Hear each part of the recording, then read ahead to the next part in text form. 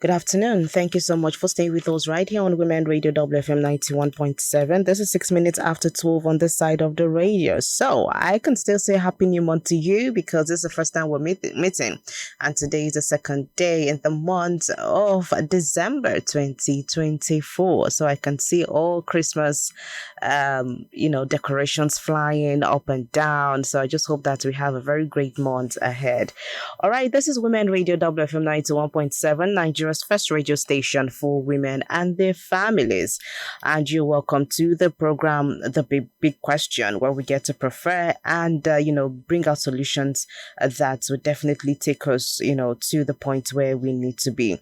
All right. So on The Big Question, we have been going through with the 16 Days of Activism. We started this last week, Monday, the 25th day in the month of November, and we're taking it through up till 10th of December 2024. So today is our day 8 on the 16 days of activism right here on Women Radio WFM 91.7.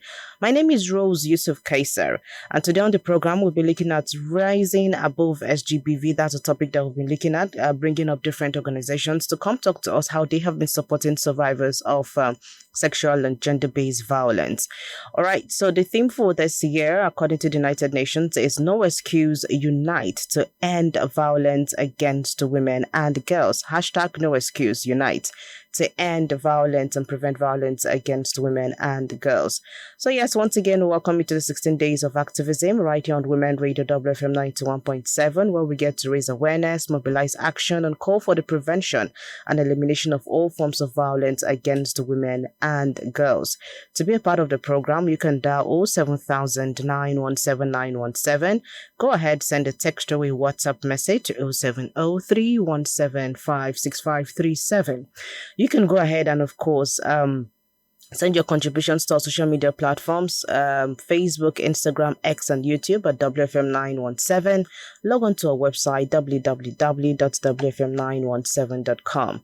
All right, so day 8 of the 16 Days of Activism, we'll be discussing work done so far, challenges and way forward in supporting survivors of sexual and gender-based violence. And with me this afternoon to talk about Rising Above SGBV is the Executive Director, Hasey, and she is Rhoda Robinson. Good afternoon, Rhoda. How are you today? Good afternoon. I'm doing very well. Thank you. All right. So tell us about the 16 Days of Activism so far from Hasey. Okay, so over the last couple of days, we've been actively working with our communities to ensure that they understand and they know that violence can be prevented and should be prevented. Okay. Our work has been working with all levels of partners as well, from our communities to our private sector partners, to the women themselves and the girls, because if we can stop it from while they're younger and build their capacities to be able to recognize the signs of violence and prevent it, that we would have a generation that is attuned to the fact that violence should not occur and there is no excuse for violence. All right. Thank you so much. Kudos to Hasey. Hasey is one organization that we're always sure would come up with something, for days like this and every other important day. So kudos to Hasey because it's a friend of WFM and we're always happy to have, all sort of collaborations with you to uplift the voices of women. Thank you, Hasey. All right, so this is Women Radio WFM 91.7. This is Nigeria's first radio station for women and their families. My name is Rose Yusuf Kaiser, and today is our day 8 of the 16 Days of Activism right here on Women Radio. And we have with us the Executive Director, Hasey, in the person of Rhoda Robinson. So we're going to be looking at a lot of the things that they have done, some challenges, and the way forward when it comes to supporting survivors of SGBV. All right, Rhoda, let's get into the discussion properly. Now, as an organization who supports and does a lot of programs and initiatives as regards to survivors of SGBV and preventing SGBV, let us know about the program services that Hasey does to help survivors. Now, because we are concentrating on survivors, for the 16 days on Women Radio. So tell us about, some of the programs, services, or initiatives that Hasey has been able to provide to help survivors rebuild their lives after experiencing SGBV. Thank you so much, Rose. And as you know, Hasty does a lot of work when it comes to prevention of sexual violence. And then we also have a large program when it comes to helping survivors live past that traumatic experience. And one of the ways that we do this is through our Safe Space program. Now, the Safe Space program is dedicated to ensuring that survivors have the opportunity, the non-judgmental space to be able to talk about their experience and get mental health support. Because you cannot take away the fact that it is a truly, apart from being physically traumatic, it is a truly mentally traumatic experience to be a survivor of sexual violence. And all forms of gender-based violence. And one of the things that we try to do is to ensure that we do not take away the power of the survivor to tell their own story. A lot of times you'll see people forcing survivors to share their story or to seek help. And sometimes part of the healing process is for them to take that step themselves. Because you cannot force help on someone who is not ready for it, who does not have the capacity to actually take that support that you need. So one of the things that we do is ensure that they have access to the mental health support that they need to process that experience, to let them know that at no point in that experience was it their fault, and then give them that space where they can share their story without being shamed, without being judged, and without feeling like they are less of themselves. And through that process, we're able to build a community of survivors that are able to use that story to help other women and help other girls as well to prevent it from happening to them. And of course, we also connect them to other care that they might need, be it because we understand that we alone cannot do everything. There's only so much we can do. There's only so much resources that we have to dedicate to these programs. So we connect them to other partners that we have worked with.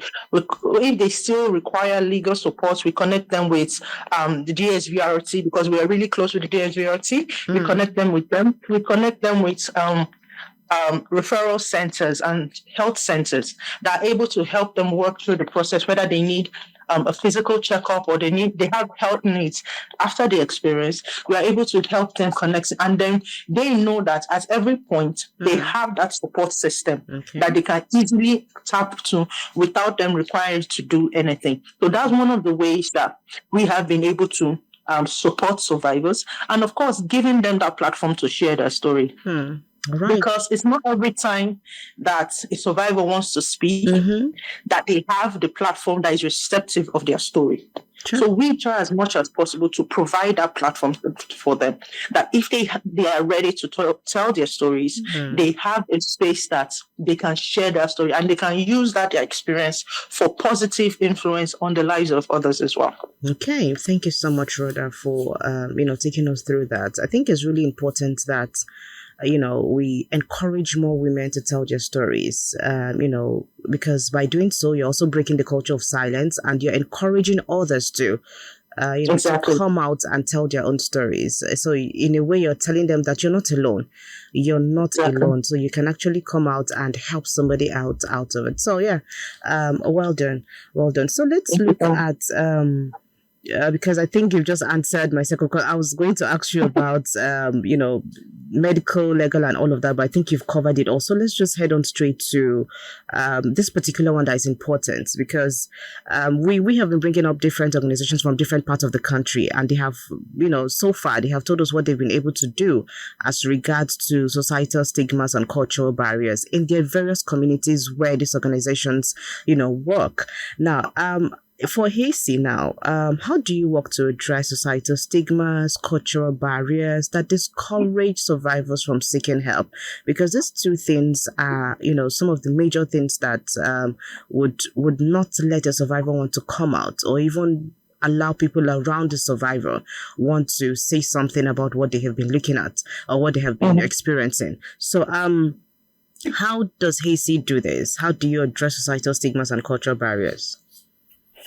Our work to address this, focuses and utilizes the media a lot. As you know, we've worked numerous times with Women Radio because of the importance of the media in ensuring that the right kind of stories are told and that people are aware that they need to stand against sexual and gender-based violence. And we need to stop building a culture that preserves consent rather than trying to subdue the voice of women who have lived through this. You'll find that most of our work, we work directly with the communities to change that mindset that keeps violence within the family. You had said earlier on that there is this culture of silence when it comes to sexual and gender-based violence, and it is all too real, especially in local communities where any form of violence against women is seen as something that should be dealt with within the family. And even if you take it to some police stations, they'll tell you it's a family affair.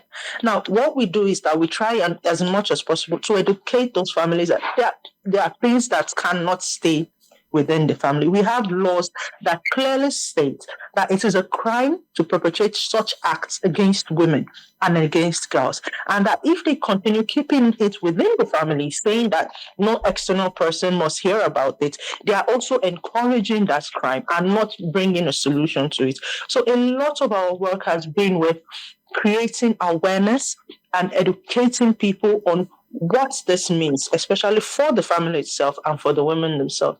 And as well, our work with the media in changing the narrative, as I said before, changing the narrative around sexual and gender-based violence, around consent, is also one of the key things that we do. Ensuring that the storytelling tells the appropriate stories, ensuring that we show that the victim is, the survivor should always be protected at every point. You cannot continue blaming the survivor for something that should not have happened in the first place. And that your continuous blaming is also adding to the traumatic experience that they have faced as well. So that's why we have a lot of online campaign and offline campaign that we do to ensure that people understand that we need to kill victim blaming at a source. There is no room for victim blaming. There is also no room for jokes that further perpetuates this kind of violence against women. And another part of the work that we do is when we address things like cultural and traditional harmful practices against women and girls. And we ensure that people understand both the physical dangers and the social dangers of continuous practice of this thing. For example, our FGM campaign has been carried out across all states in Southwest Nigeria and in the East as well. We are currently moving it to other countries as well. We are currently working in Gambia and we are currently working in Kenya to ensure that we are able to make people understand that such harmful traditional practices, especially those that we now have laws that prevent them and protect women, that such harmful practices stop being practiced in our communities, and that people understand that holding on to those kind of cultures and those kind of traditions does more harm than good. And there are other ways that they could use to preserve the values that they so cherish that makes them turn to this kind of practice and subjugate and harm women in the process. So a lot of it has to do with advocacy campaigns, awareness campaigns, teaching girls in schools, teaching boys as well about respect, about understanding consent, and about the role that they play in society as well. Okay. All right. Thank you so much, Rhoda. Now, this is Women Radio WFM 91.7. This is Nigeria's first radio station for women and their families. And this is about 20 minutes after 12 on the side of the radio. My name is Rose Yusuf Kaiser, and we are on our day 8 of the 16 Days of Activism campaign right here on Women Radio. And I have with me the Executive Director of HACI, Rhoda Robinson, and we are looking at Rising Above SGBV, talking about support for survivors of SGBV. To be a part of the program, you can dial 07000 917 917. Send us a WhatsApp message to 07031756537. You can go ahead and call us through our toll-free number for female callers, 800 1235 917. All right, Rhoda, now let's look at what strategies, let's look at strategies rather, does Haiti use to empower survivors to regain their confidence and independence after, the kind of experience they have faced? How do you get them from, point from being survivors to, to that point where they are confident enough, get to a point where they're able to share their stories to other people? Because for a survivor to come out and get past that experience and, get to the point of having good enough confidence to share her experience with others, then that means she has been able to, gone past a lot of the trauma that she has gone through. So how do you get them to have their independence back, their confidence back? How does Haiti do this? How do you transform these women? Okay. I think one of the things that we do is that we see them as women and not as survivors. First and foremost, I think more people are too focused on identifying them as survivors and forgetting that before that experience, they were individuals in the first place that had dreams, that had aspirations, that had skills that they wanted to develop. So what we do is that we recognize and we bring to the forefront that they are still individuals. They are still the same people that they were before the trauma, and that the trauma does not define who they are. So it takes a second, third place in their individuality. And because we recognize that, it helps them recognize it as well. It helps them start recognizing that they are not just survivors of violence, that they are Amaka, they are Zainab, they are Abike, they are who they are, regardless of the violence that they have gone through. So, and this requires a lot of counseling and a lot of talking and listening, especially listening and working with them through that process.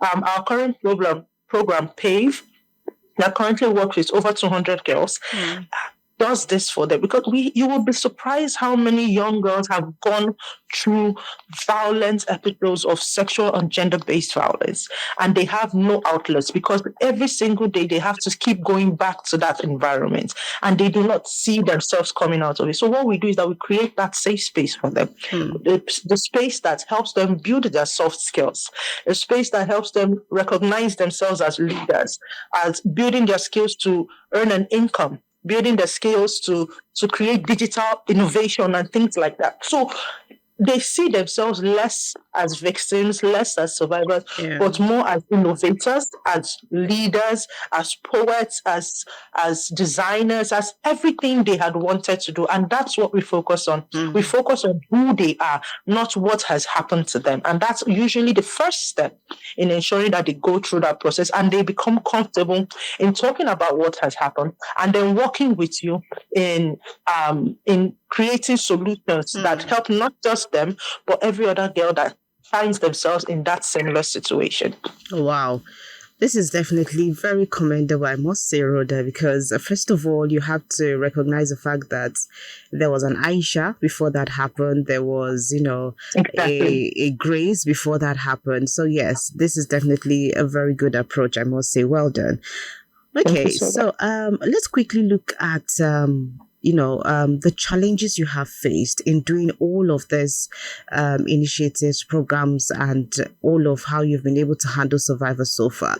What are some of the challenges you have faced, and how have you been able to overcome these challenges? Because I believe that by sharing your own story in this aspect of it, there might be a young girl or somebody who is aspiring to maybe open up an organization or start up an organization that would also help survivors or prevent SGBV. So let's hear some of the challenges and how you've been able to overcome them. I think for us, we have both internal and external challenges that we face, because one thing is that you can't see something like this happen every single time and not be affected by it. So we as individuals have to battle with the limited support we can provide and not being able to do so much to help situations. Like, you'll find situations that maybe the perpetrator is a family member and is the sole breadwinner of that family. And the family knows this is happening, but they are helpless to do anything about it. They can't report it, because if they report, the police would come and take the man away, and then they are left with nothing. And you find such situations that you have to struggle with not causing more harm, and still trying to help that young girl through that process or through that situation, and you can't do anything. So one of the things that we do internally to kind of reduce that impact is that we also provide self-care for our staff, so that they also have similar help, because you can't keep being exposed to such thing and not be affected.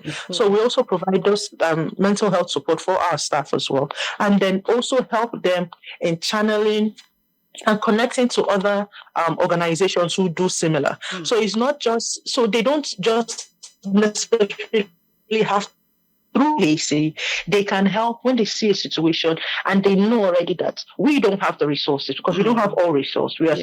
We try as much as possible to look for resources to give help, the needed help, but we can't do everything. So they can connect directly to, they can connect girls directly to the help that they need, and also follow up on the girls so that they have that fulfilled sense that they are able to help. And then from the girls' side, watching young women and watching young girls having to go back to those environments without like a conclusion. Because sometimes you enter a case, you go into a case, and then at some point they just pull back and say they're not going through this anymore, because they've weighed the option, and now that there's now awareness, the abuse has stopped, because the man does not want to go to jail and all that, and then they don't want to lose too much, and then you find that it doesn't reach the expected conclusion. So you have to struggle with that and see that there is a high possibility that the abuse will start again.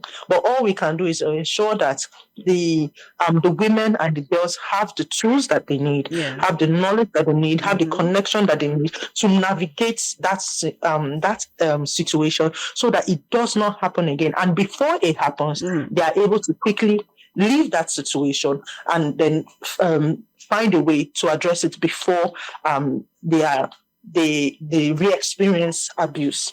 So sometimes we can help, sometimes we can't. And it's just something that we struggle with, but it doesn't stop us from doing the work that we do and trying and to keep on helping. Okay. All right. Thank you. I like the fact that you take care of your staff, because I think you are the first organization that has actually, said this here. And this is something that I think a lot of organizations should also pick from, because if you don't take care of what is inside, then there's no how you'll be able to give it out.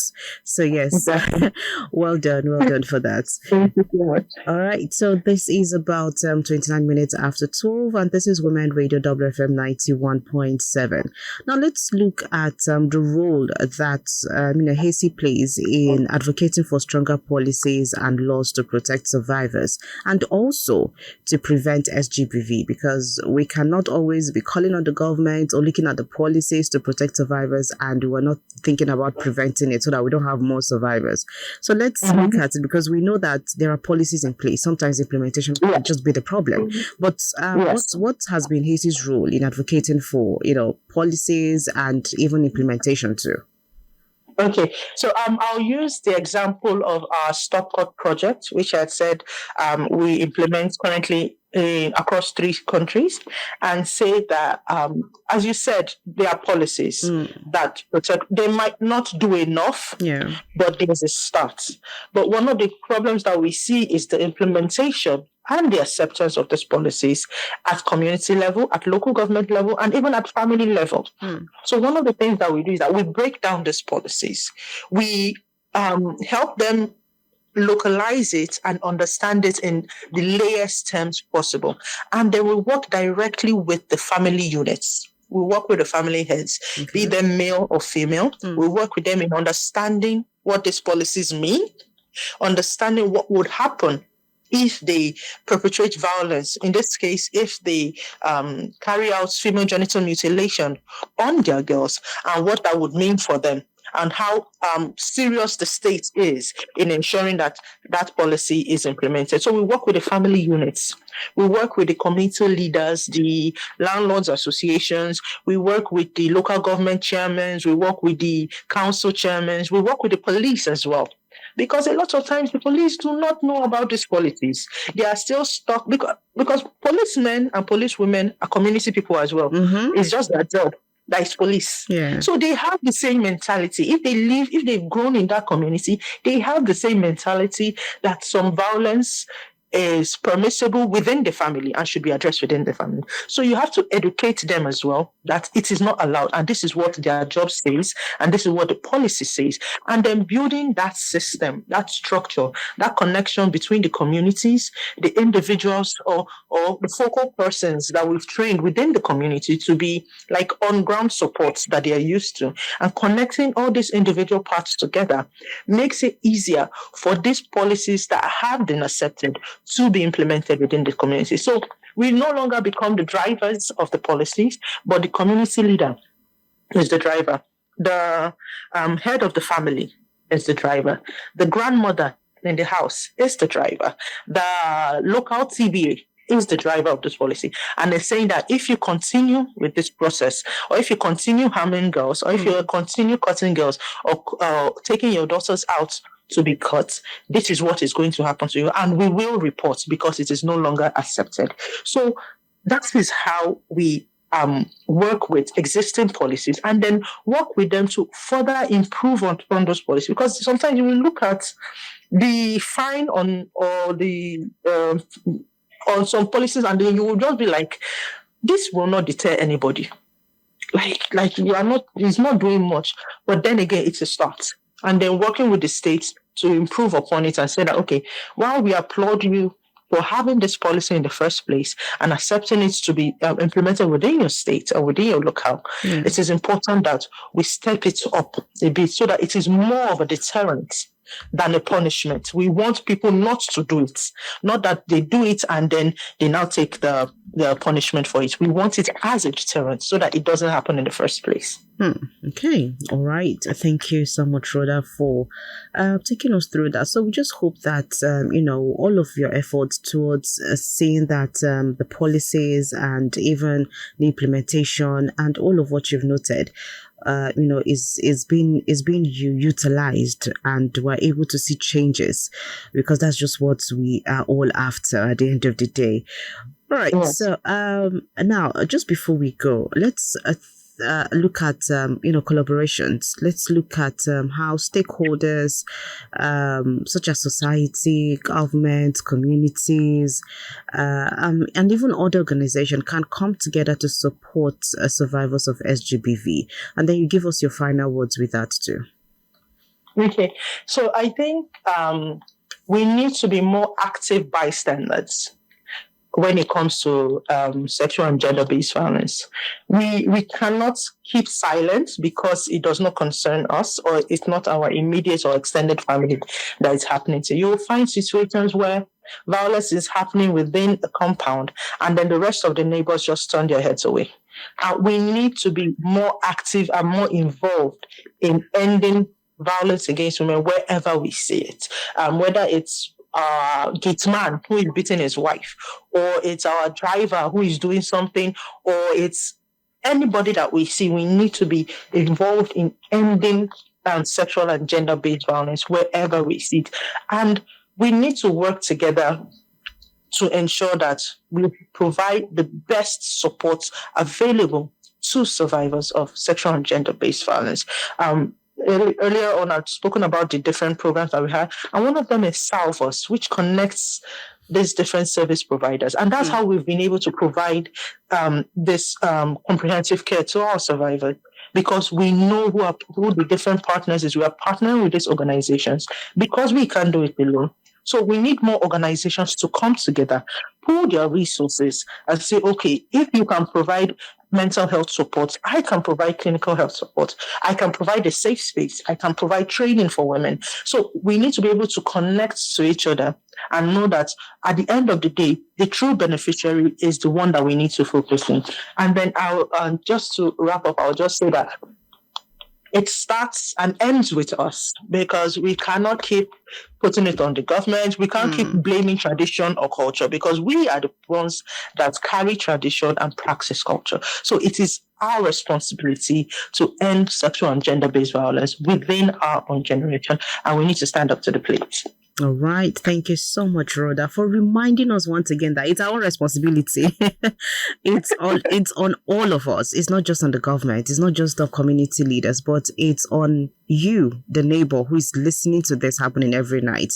It's on you, the policeman or the security personnel who is around our community and keeps hearing this, and yet you're quiet because they keep giving you one or two things just to silence you. So I think we all have a part to play, and I just hope that we realize this on time before it gets too late. Thank you so much, Rhoda, for being a part of our 16 Days of Activism.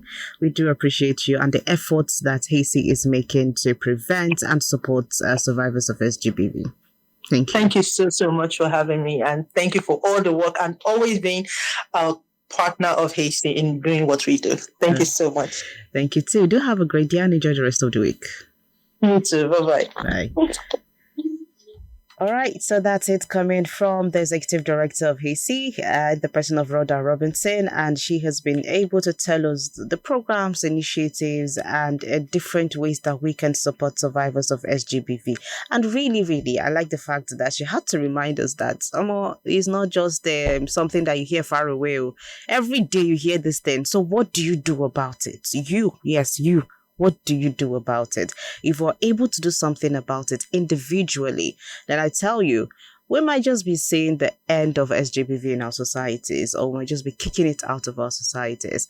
So yes, this is the end of our day 8 of our 16 Days of Activism. Tomorrow is another day, our day 9. We'll bring in another organization to tell us what they have been doing so far to support survivors of SGBV. So let's remember that together we can build a safer, more equitable world where everyone can thrive free from violence. Special thanks to our guest for today, Rhoda Robinson, the Executive Director, Hasty. Thanks to the program's team of Women Radio for putting this together, and to the Executive Director, Tomo Okewale Shunaya. My name is Rose Yusuf Kaiser. Do want to keep it locked right here on Women Radio WFM 91.7. Good afternoon. WFM 91.7.